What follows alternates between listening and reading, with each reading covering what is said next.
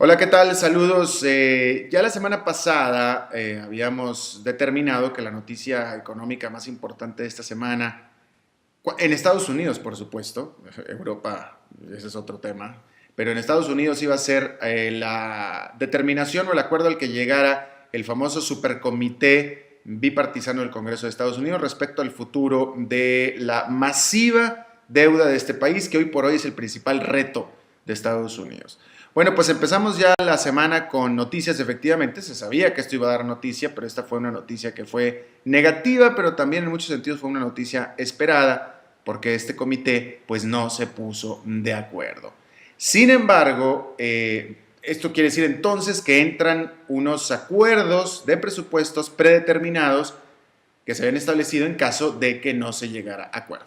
Entonces, vamos a platicar de esto con Alberto Bernal, de Bultic Capital, que nos acompaña desde Miami. Muchas gracias por estar con nosotros, Alberto Tocayo. A ti, gracias por la invitación, Alberto. ¿Por qué es mala noticia, si es que es mala noticia, que no se llegó a acuerdo, que era lo que se esperaba, que no se llegara a acuerdo? Si esto, de todos modos, no es que signifique un desastre en el corto plazo, puesto que se activan estos mecanismos que estaban en su lugar, precisamente para prevenir que no se llegara a acuerdo, causar un desastre. Mira, yo creo que el problema es el mensaje.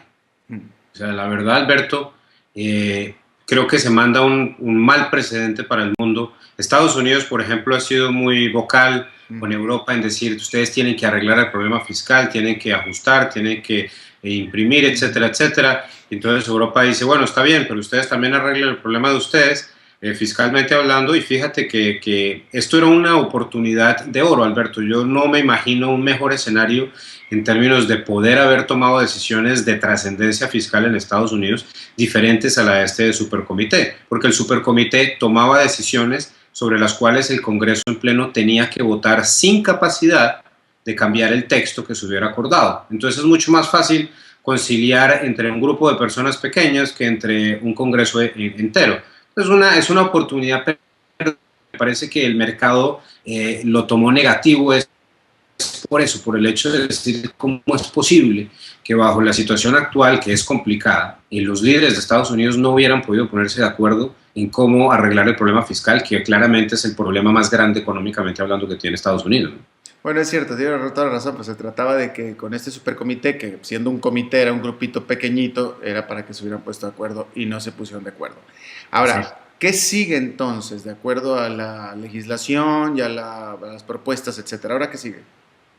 Mira, como decías tú en la introducción, la ley que se pasó en agosto, en términos de la aprobación que pasó entre Obama y el Congreso gobernado por los republicanos, incluía unos triggers, como se dice en inglés, básicamente que si por alguna razón este comité no llegaba a una resolución, iban a entrar unos cortes automáticos en el gasto público que afectarían todos los rubros del presupuesto.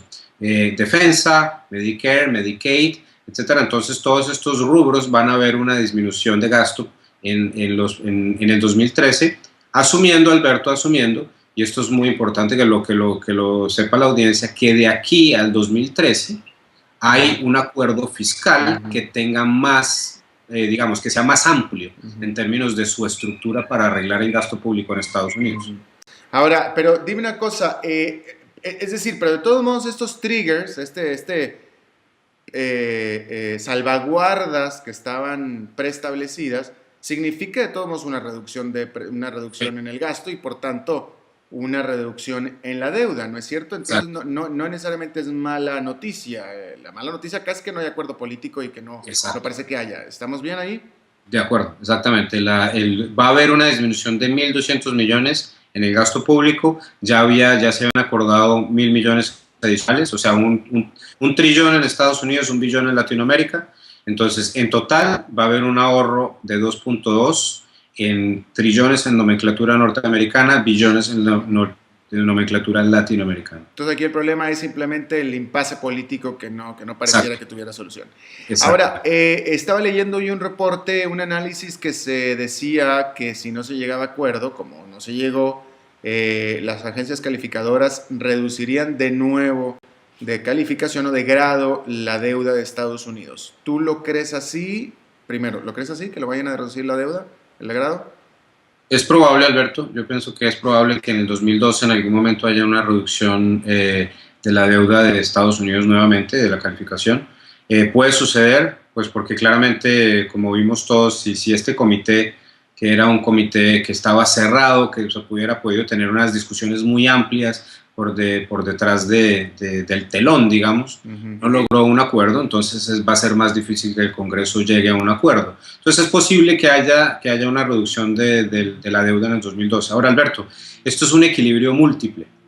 Si hay o no hay una reducción de la calificación en Estados Unidos va a depender de muchas cosas. Por ejemplo, si la economía de Estados Unidos sigue mostrando los números que está mostrando en este momento, por ejemplo, nosotros en Bultic hoy en día estamos esperando que la economía de Estados Unidos crezca 3.5% anualizado en el cuarto trimestre. Entonces, supongamos que la economía continúa acelerándose, porque ahorita la economía de Estados Unidos se está acelerando, y en el primer trimestre crece al 4.5% anualizado.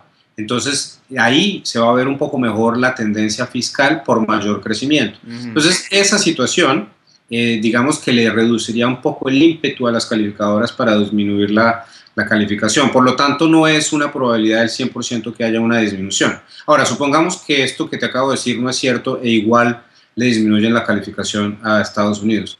La verdad sea dicha, mirando lo que sucedió en verano de este año, que le bajen la calificación a Estados Unidos es casi totalmente irrelevante. Exactamente, que era justo a lo que yo iba, porque en realidad no pasó nada. No pasó absolutamente nada. Es más, fíjate que cuando le bajaron la calificación a Estados Unidos, la tasa del bono a 10 años estaba alrededor de 3.30%, 3.3%. En este momento está el 2%, más 1.96%. O sea que es paradójico, pero así es, y esto es difícil de entender para mucha gente, pero así son las cosas en el mercado. Le bajas la calificación a Estados Unidos y sube el valor de los bonos de Estados Unidos. Y yo creo que será difícil de entender, pero no es muy difícil de explicar. Simple y sencillamente, por más que le bajen la calificación a Estados Unidos, la realidad de las cosas es que hay mucho peores lugares donde poner tu dinero hoy en día que Estados Unidos, y como decimos en México, en la tierra de ciegos el tuerto es rey. Exactamente. En Estados Unidos el tuerto, así es que con todo y todo aquí es donde la gente prefiere. La compra de dólares. Vamos a hablar de la compra de dólares precisamente, Alberto. Tú en tu reporte de hoy, durante este lunes, estabas hablando acerca de... bueno, a ver, si estoy hablando de dólares, empiezo con los dólares. El Wall Street Journal menciona el hecho de que en Argentina, a raíz de unas medidas que tomó este gobierno, han estado saliendo los dólares de manera muy importante. Yo mismo hice un comentario al respecto que pueden ustedes, mis seguidores, aquí en este sitio encontrar aquí en economyfinanzas.net, donde hablaba acerca de la decisión a la que yo califico de control de cambios y el hecho de que generó salida de dólares. El Wall Street Journal está reflejando lo mismo. El Wall Street Journal también habla de la buena noticia que significó el hecho de que el gobierno de Argentina por fin le quitó los subsidios a los servicios, que era una medida absolutamente básica. Tú hablas del respecto en este reporte, Alberto, y hablas de que esta es buena medida. Yo creo que la primera pregunta en general es, las medidas en conjunto que se tomaron, la de los dólares junto con la de los subsidios, ¿equivale a positivo o a negativo? Mira, yo pienso que primero que todo, comenzamos con lo de los subsidios. Como decías tú, para mí es una gran noticia. Ya era hora de que estuviera sucediendo. Alberto, me parece importante que la audiencia conozca este número. En el promedio de la tarifa de luz mensual en Argentina, en Buenos Aires, es de $7. O sea, $7 al mes por el consumo de luz. Es como... estaba en Buenos Aires la semana pasada y me comí un combo en Burger King y me costó $7. Entonces, básicamente, una hamburguesa, papas y gaseosa valen lo mismo que la luz, que la electricidad durante todo el mes. Entonces, eso era totalmente insostenible. ¿Cuál es la buena noticia? Que ya se comenzaron a ajustar las tarifas. ¿Por qué? Porque esto le cuesta mucho al gobierno de Argentina. Exactamente 42.000 millones de pesos. O sea, es un dineral lo que se gasta en estos subsidios el país, y es una buena noticia que eso se esté desapareciendo ya gradualmente. Alberto, hay que decir lo que es gradualmente. Entonces, esta es la buena noticia.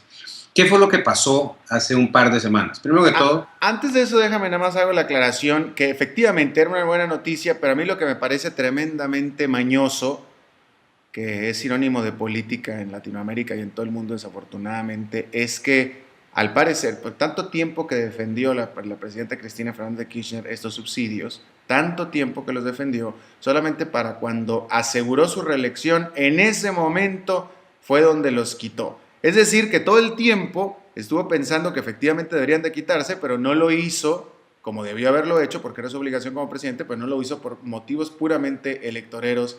Y esa parte a mí me da pues mucho asco, como toda la política, mi querido Alberto. Es el juego de la política, como dices, exactamente. Pero mal asunto, un tremendo gotcha, como decimos ya me reeligieron, pues toma tu premio por reelegirme, te quito los subsidios, porque definitivamente los argentinos no están muy contentos con esta medida, que originalmente era popular y ahora por tanto es impopular. Pero bueno, te quité la idea, perdóname, hablabas acerca de lo que va a significar económicamente esto. Sí, pero bueno, el caso es que me parece importante esto, porque si tú logras limpiar el presupuesto de 4% del Producto Interno Bruto que te estás gastando en subsidios que son extremadamente ineficientes y haces una de dos cosas, o inviertes más en infraestructura, una de tres cosas, o inviertes más en infraestructura, más en educación, más en salud, o ahorras más, o una combinación de todas, sería una gran noticia para la situación macroeconómica del país. Ahora, en cuanto a los dólares, y aquí la situación, Argentina tiene control de cambios, y como tiene control de cambios, hay una moneda que es la moneda negra y una moneda oficial, y la moneda negra está encima de la oficial porque hay una demanda represada de dólares en Argentina. ¿Por qué? Porque el argentino se ha dado cuenta de que la inflación se ha incrementado bastante y que los salarios en términos de dólares del argentino común y corriente se han incrementado de una forma exponencial y se siente, digamos, que esto en cierta forma no es sostenible. Por lo tanto, el pueblo comienza a esperar una devaluación de la moneda. El gobierno lo sabe, el Banco Central lo sabe, por lo tanto se comienzan a tomar unas medidas para restringir un poco la capacidad de los argentinos para comprar dólares. ¿Cuál fue la medida? Que si tú vas a comprar dólares en tu casa de cambio, tú tienes que tener un paz-y-salvo fiscal diciendo que tú estás al día con los impuestos para poder comprar esos dólares. Lo cual, fiscalmente hablando, es una medida lógica. La verdad sea dicha, si vas a tener un control de cambio, esa medida es una medida lógica, tú tienes que pagar tus impuestos si quieres comprar dólares en forma legal. ¿Cuál es el problema, Alberto? Que como los argentinos han sufrido tanto de corridas bancarias, de corralitos, etcétera, etcétera, entonces cuando subió esta medida, la gente dijo, quizás los depósitos en dólares que tengo yo en el banco, porque en Argentina tú puedes tener depósitos en dólares y depósitos en pesos, entonces esos depósitos en dólares quizás estén en riesgo. ¿Y cuál fue el problema, Alberto? Que cuando fueron las personas a los bancos, por la falta de preparación que tuvo el Banco Central de Argentina, la liquidez necesaria a los bancos para devolver esos dólares, pues se acabaron los billetes y hubo un par de días de pánico en los cuales la gente no estaba consiguiendo los dólares. Y tú sabes que cuando en Argentina se dice no hay suficientes dólares, la gente reacciona porque esta historia la hemos visto ya varias veces. Entonces fue un error de coordinación, fue un error de logística en términos del manejo de esto. Ahora, ¿qué tiene que suceder de acá en adelante? Como la moneda negra está por encima de la moneda blanca, claramente el peso argentino se tiene que devaluar a mayor velocidad. Y eso es preocupante en cierta forma porque te va a generar más inflación, pero esto no tiene reversa, es un sistema en el cual hay más salida de dólares que entrada, por lo tanto tiene que tomarse el correctivo de la depreciación de la moneda y lo interesante o lo lógico, lo que quiere hacer el gobierno es lograr hacer esto en una forma gradual. Yo pienso que con el nivel de reservas internacionales que tiene Argentina lo va a lograr. Pero Argentina necesita que comencemos a ver buenas noticias en términos de Estados Unidos, de Europa, etcétera, para que haya más tranquilidad en este manejo de la tasa de cambio. Yo creo que no podemos contar con eso por parte del resto del mundo para Argentina, Alberto.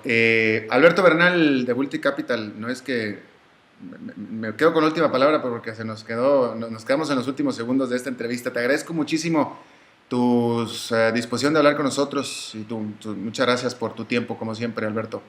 A ti, mil gracias por la invitación, Alberto, y hasta la próxima. Seguimos muchas gracias. En contacto a ti.